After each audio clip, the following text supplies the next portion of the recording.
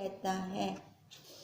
अब यहाँ पे लिखा था भी जैसे हम जिसके लिए जो भी भाव बनाते हैं, है ना, हमें वैसे लगता है। यही कहते मिष्ठान में अगर कटु बनाते हैं तो वो कटु हो जाती है, और अमृत में अगर विष की भावना कर लेती हैं तो वो विष हो जाता है। हे मुनीश्वर, जो कुछ सिद्ध होता है वह अभ्यास के बल से सिद्ध होता है। जो पुण्य किया होता है तो पाप के अभ्यास से नष्ट हो जाता है। अब देखो, पहले हमारे पुण्य इकट्ठे हुए पड़े हैं, पुण्य पूंजी है हमारे, पर वर्तमान में हम क्या कर रहे हैं? वर्तमान में हमारा अभ्यास उल्टा चल रहा है, तो वो अब वाला करेगा फायदा जो अब वर्तमान में है। अगर वर्तमान में हमारा उल्टा चल रहा है तो पुण्य पूंजी खत्म। अब संस्कार कौन से भरे जा रहे हैं? पाप वाले। अब पाप वाले संस्कार भरते जा रहे हैं, पीछे वाला मिटता जा रहा है, पीछे वाले अंक खत्म हो रहे हैं, हमारे पुण्य के अंक। अब वही बढ़ेंगे क्या फिर? पाप वाले अंक बढ़ जाएंगे ना। तो अभ्यास, अब देखो ये ऐसी कोई वस्तु नहीं है कि हम रेज कर दें रबड़ से, नहीं ना। कॉपी पे हम कुछ लिखते हैं कॉपी पेंसिल से तो हम उसको मिटा देते हैं, अब ये मिटा भी नहीं सकते। ये तो ऐसी प्रकृति का नियम है। ये तो जो कर रहे हैं ना, लिखा जा रहा है, पेन वाला लिखा जा रहा है, पेज फाड़ना पड़ेगा, फटता भी नहीं है, कर्म भोग कर फटेगा पेज भी। फिर और कर्म हम क्या कर रहे हैं? जैसे ये पिछली प्रारब्ध चल रही है हमारी, अब पिछली प्रारब्ध कैसे फाड़ रहे हैं, रेज कर रहे हैं, क्या कर रहे हैं? भोगते ही खत्म तिंदी पिए, वैसे ही हो रही है। अब वही गुरुदेव कहते हैं, अब क्या कर रही है? ये तो पीछे का भुगतान है, अब क्या कर रही है तू? आगे और सीढ़ी तैयार हो रही है, सीढ़ी तैयार होगी तो बजेगी, चलेगी वो। अगर तैयार नहीं हो रही, खाली पड़ी है, खाली कौन चलेंदा है? सट लेंदा है ना। खाली सीढ़ी कोई सांभता है क्या? नहीं ना, किसी फायदे की नहीं है, किसी के यूज में आने वाली नहीं है, तो क्या करेंगे? साइड पे रख देंगे, इसमें कुछ भरवाएंगे फिर चलाएंगे, नहीं तो तब तक ये यूजफुल नहीं है। अब हम देखें, कुछ भरसों उला आकार गिनते ओसों, ठीक है, अगर कुछ भरे ही ना लकेंदे कितने फायदे वाले तीसों, किसी के लिए नहीं होंगे, है ना। तो वही कह रही हैं कि अब वही देखना है हमने कि जो पुण्य किया होता है तो पाप के अभ्यास से वो नष्ट हो जाता है, और पाप का पुण्य के अभ्यास से नाश होता है। जो पाप किया पड़ा है पहले, वो भी तो नाश कर सकते हैं ना। कैसे नाश करेंगे उनको? पुण्य करके। देखते हैं, अब पर हमें क्या करना है? निष्काम, है ना, कर्तापन से नहीं करना कुछ भी। अगर आप कर्तापन से करते हैं तभी हमारे वो अंक मिटेंगे, नहीं तो फिर वो अगर कर्तापन से कर रहे हैं ना, फिर भोगने के लिए, पुण्य भोगने के लिए फिर आना पड़ेगा। पाप के लिए नरक योनि, पुण्य के लिए वो स्वर्ग, पर आना तो पड़ेगा ना। हम चाहते हैं कि हम आए ही ना। माता भी अमाता हो जाती है, अर्थ के अनर्थ हो जाते हैं, मित्र अमित्र हो जाता है, और भाग्य अभाग्य हो जाता है। कब? जब पाप बढ़ जाता है। निदान सब पदार्थ चल हो जाते हैं, परंतु अभ्यास का नाश कदाचित नहीं होता। अभ्यास मतलब संस्कार, जो हम अभ्यास करके संस्कार अंदर डालते हैं ना, कहते हैं वो नहीं जाएंगे। अब हम यहाँ बैठे हैं, अभ्यास हमारा किसी और काम में है, तो देखो वो वाले संस्कार आगे चलेंगे। अभ्यास है ना ये हमें। अब अभ्यास, ये मतलब अभ्यास मतलब जो हम कर्म कर रहे हैं ना, तन महता से कर रहे हैं तो वो पट्टी चलेगी।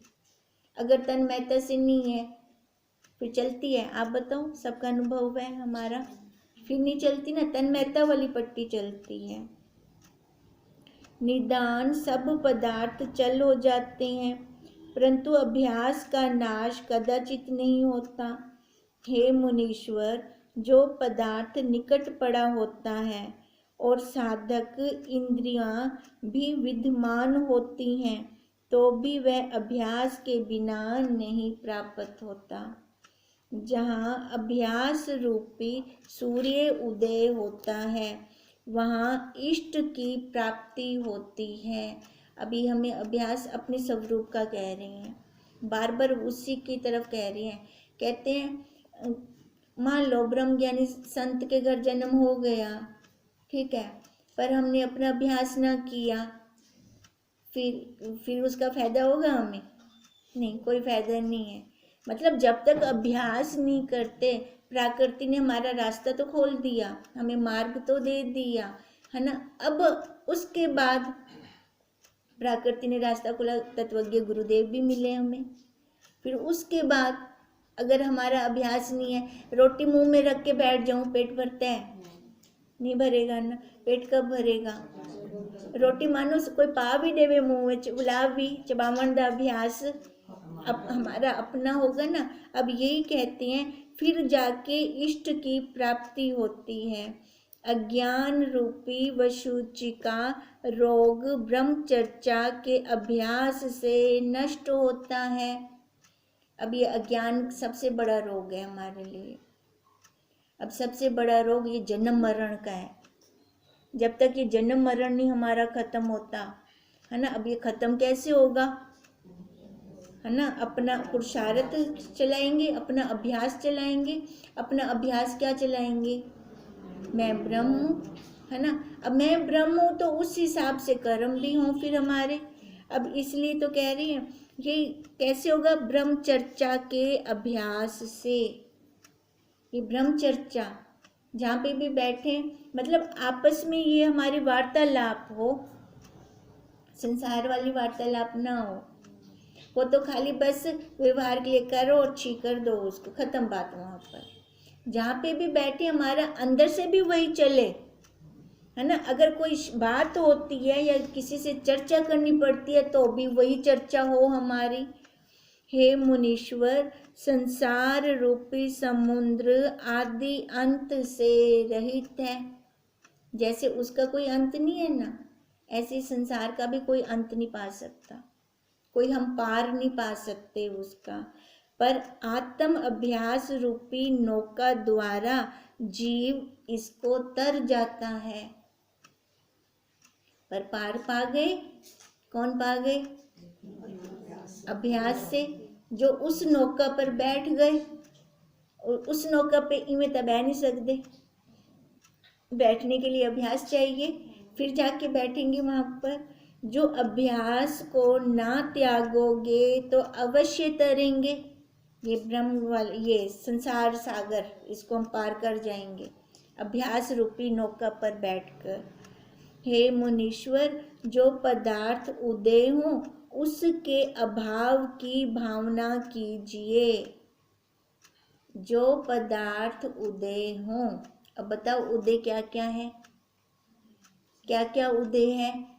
एक घर, परिवार, बच्चे, है ना, पति, सस, सौरे, नूह, जिन्ने भी अपने संबंधी हैं, चाहे घर के हैं चाहे बाहर के हैं, जिन्ना भी इन्हें अख्या न दिखदा पे जो भी उदय है, कहते हैं उसमें अभाव की भावना करो। मतलब है नहीं, पर हमारा उल्टा होता है ना। वो हमें सच्चे दिखते हैं, जो नहीं है वो दिखता ही नहीं। दिखना तो वो चाहिए क्योंकि सत्य है, वो वही हमारा आपा है, हमारा स्वरूप है। उसको पाकर तृप्ति होती है हमें, और किसी चीज से तृप्ति नहीं होती है हमें। कहते हैं यही भावना करें, जो पदार्थ उदय हो उसके अभाव की भावना करें। मतलब है नहीं, स्वप्न ही तो है। अभी 5 मिनट पहले कहाँ गया?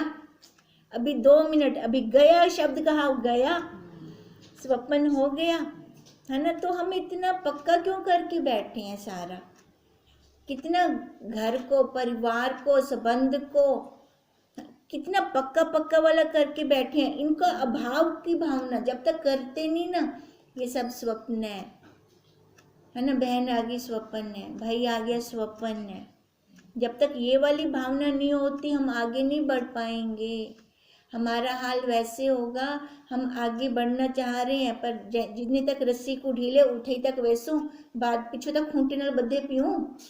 हम आगे जाना चाह रहे हैं, आगे जा ही नहीं पाएंगे। क्यों नहीं जा पाएंगे? वही है ना, वो खूंटे नाल बद्धे बैठू ना अपने आप को, वो खूंटा यो शरीर है। मैं वाला बनिया बैठा है, अहंकार वाला बनिया बैठा है। हुण अगो किवें वन्ना तो चाहता है, जिन्नी रस्सी दी ढील हो से उठी तक वैसे हूँ तो ब्याह अगो वन ही नहीं सकता। उला हमको खूंटा पिछों खिंच गिंदा है उला। अब इसका पुरुषार्थ कौन करेगा? इस खूंटे को ढीला कौन करेगा? हम खुद करेंगे ना इस खूंटे को ढीला, क्योंकि हम ही बंधे पड़े हैं वहां पर। हे मुनीश्वर, जो पदार्थ उदय हो उसके अभाव की भावना कीजिए तो अस्त हो जाता है, और जो अस्त हो पर उसके उदय होने की भावना कीजिए तो वह उदय हो जाता है। बहुत दूर बैठे हैं हमारे संबंधी, मन विच ऐसा होना को वसाई बैठो, दूर होंदे भी नेड़े ना उन्हें को नाल कीती बैठो ना। अपनी बेवकूफ़ी है, ये सारी हमारी खुद की बेवकूफ़ी है। जैसे सिद्ध के शाप से प्रत्यक्ष प्राप्त पदार्थ नष्ट हो जाता है और वरदान से अप्राप्त पदार्थ की प्राप्ति होती है।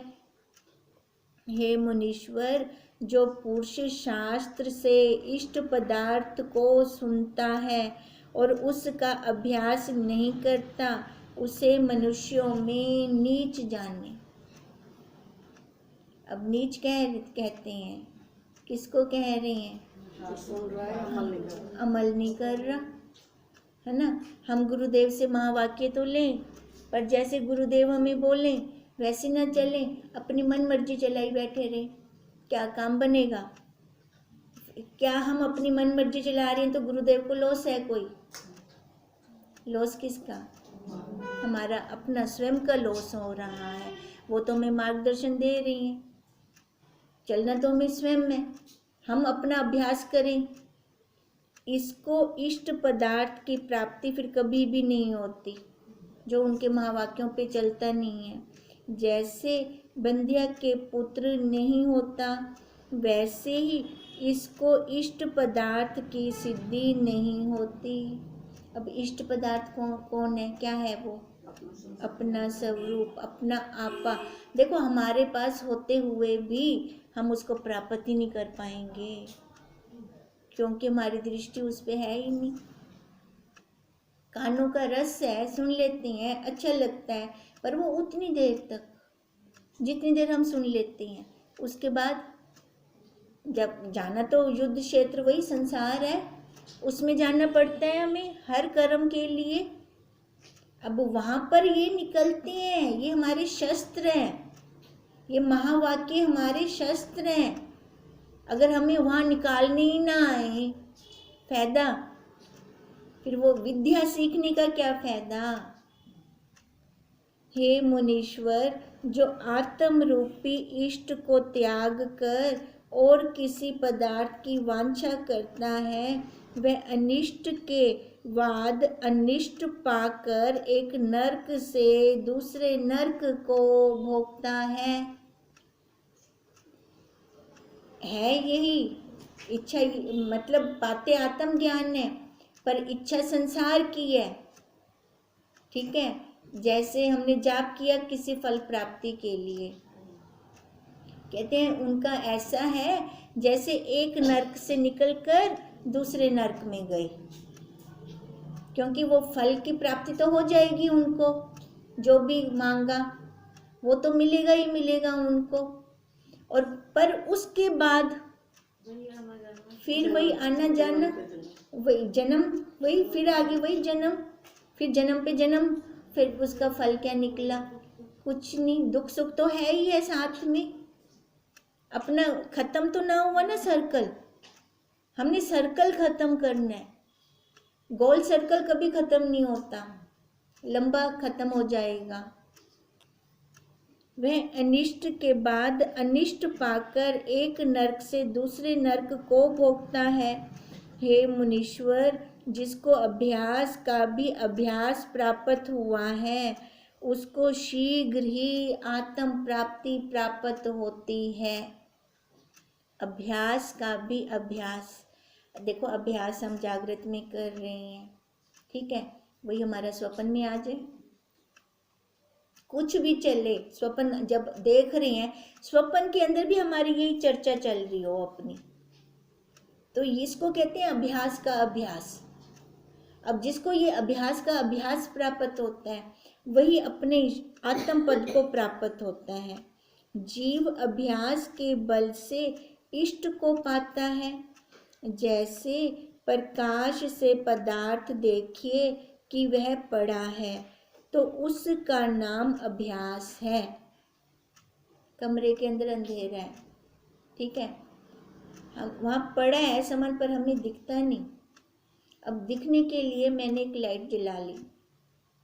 अब जो लाइट जलाई है ना वही पुरुषार्थ है। अब सामान तो था पर दिख नहीं रहा था, उसके लिए मैंने प्रकाश किया। अब वो जो प्रकाश किया उसके प्रकाश से मैंने उस वस्तु को देखा, जाना। अब वस्तु तो पड़ी है, पड़ी है, पड़ी है ना अंदर। अब वो प्रकाश नहीं है, अपने अंदर इतनी क्षमता नहीं है कि बिना प्रकाश के भी मैं उसको देख सकूं। तो पहले तो वो प्रकाश चाहिए ना।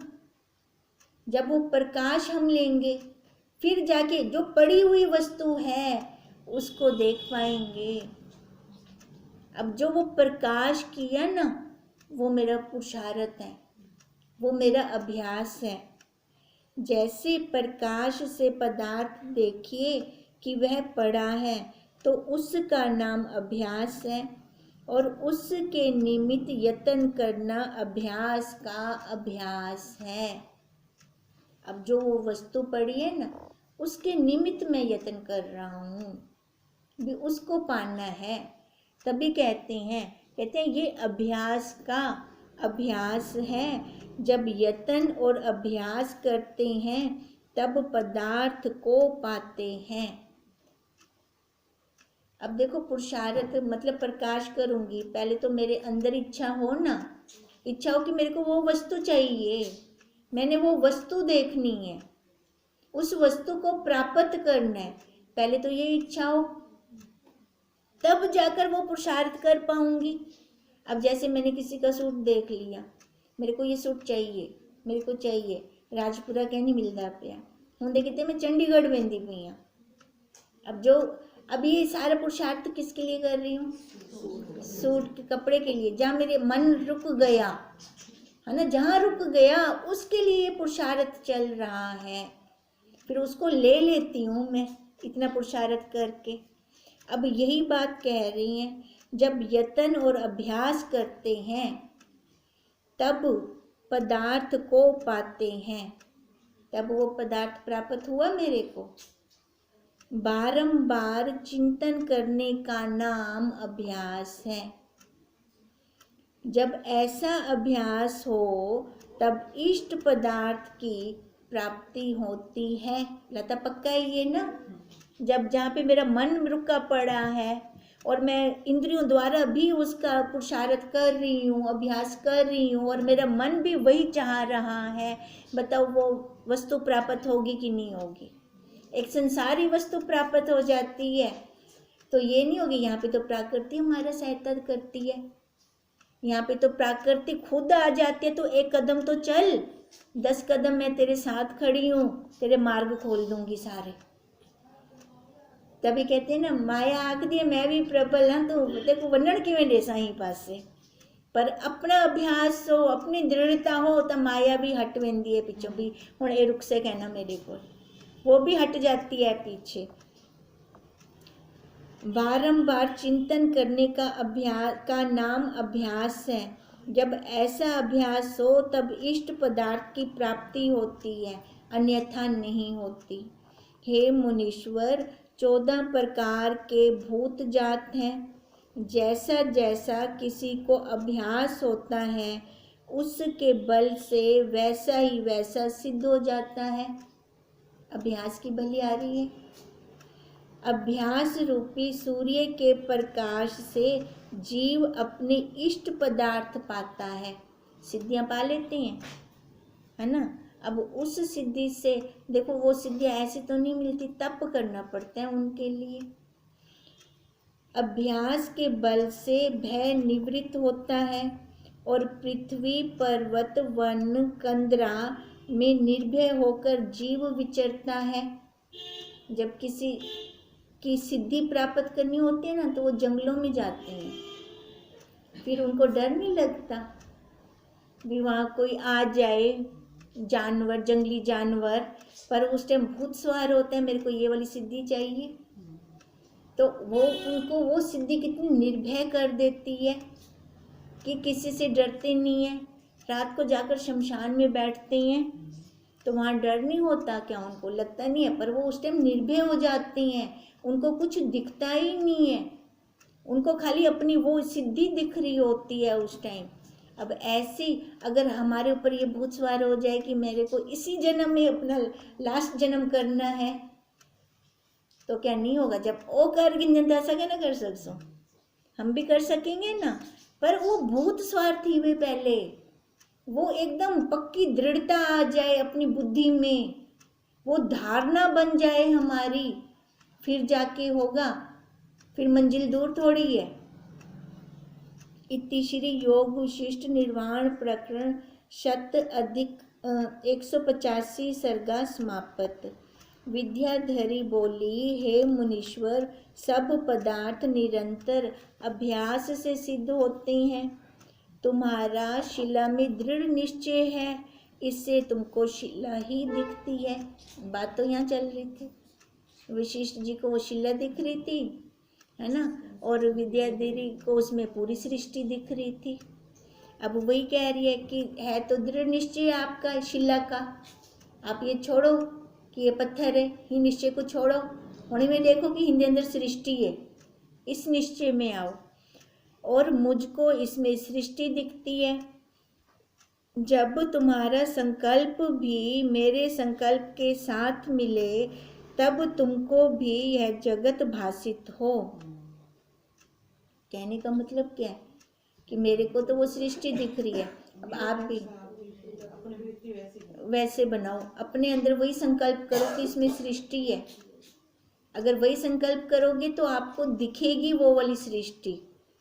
यह जगत जो स्थित है सो मेरे अंतवाहक में है, आदि वपु सब का अंतवाहक है।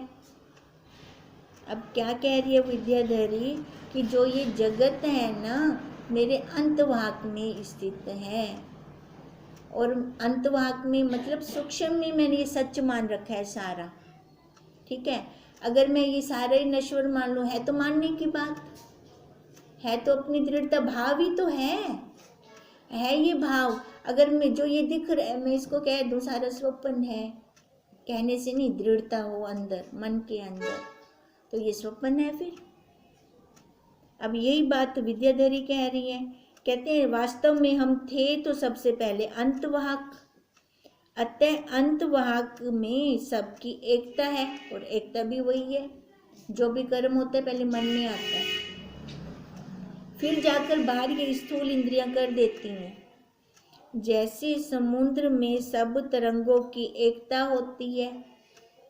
हे मुनीश्वर, जब तुम धारणा का अभ्यास करके शुद्ध बुद्धि को प्राप्त होवोगे, तब तुमको इस शिला में सृष्टि भासित होगी। अब धारणा करनी है तेल धारावत कि ये पत्थर नहीं है, इसके अंदर सृष्टि है और मेरे को दिख रही है। कहती है फिर तेरे को दिख जाएगी वो सृष्टि।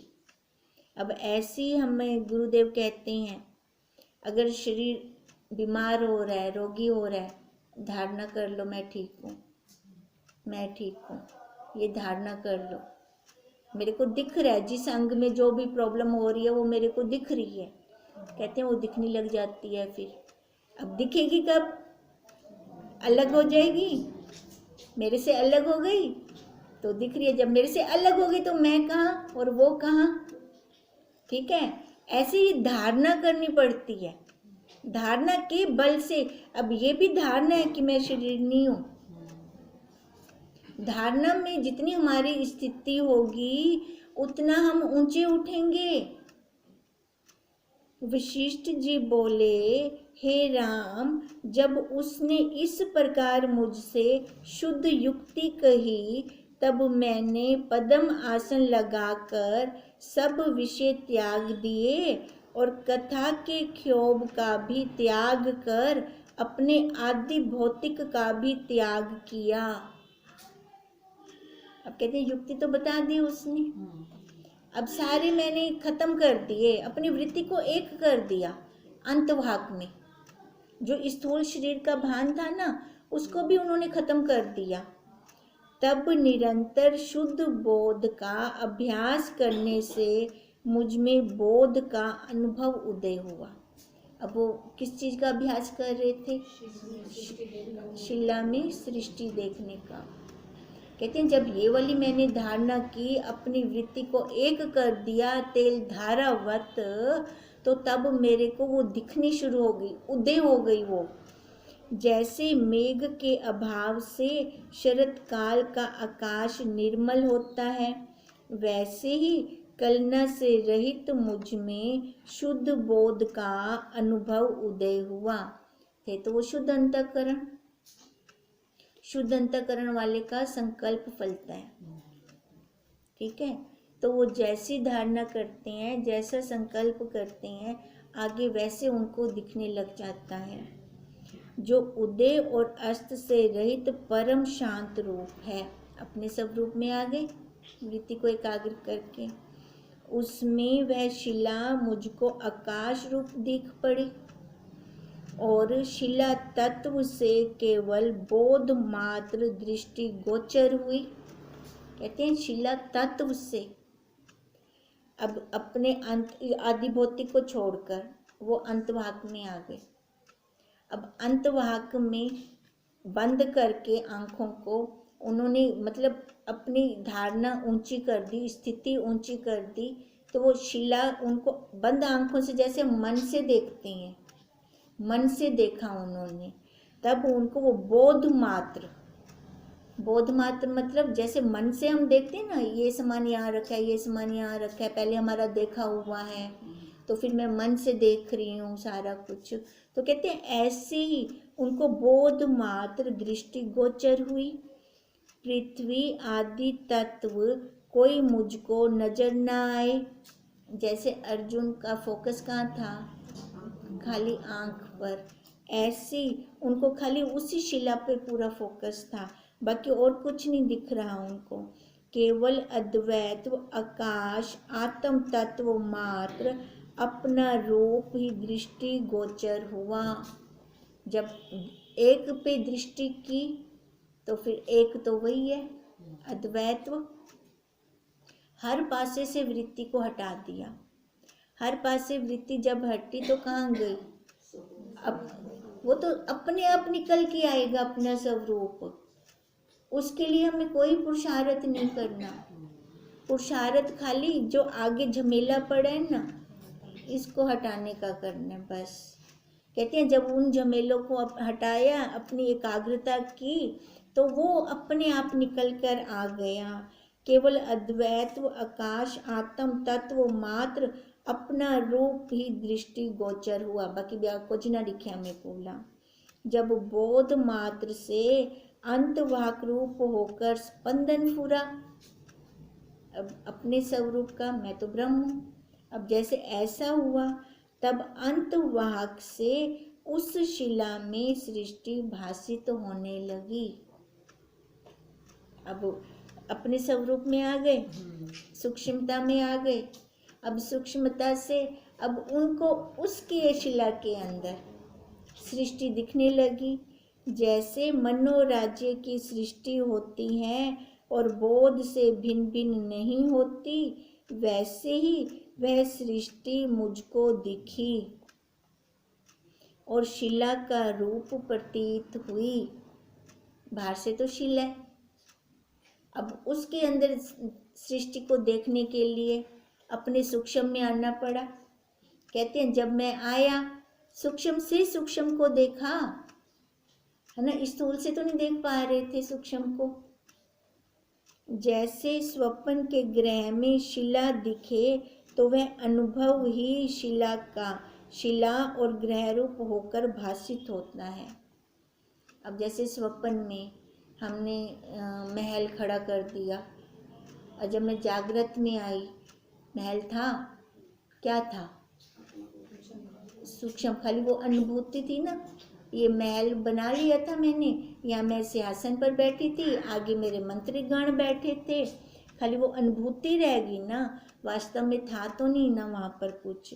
कहते हैं ऐसे ही जैसे स्वप्न के ग्रह में शिला दिखे तो वह अनुभव ही शिला और ग्रह रूप होकर खाली भासित होता है, कुछ भिन्न नहीं होता। और वैसे ही वह शिला देख पड़ी। क्या कह रही हैं वशिष्ठ जी?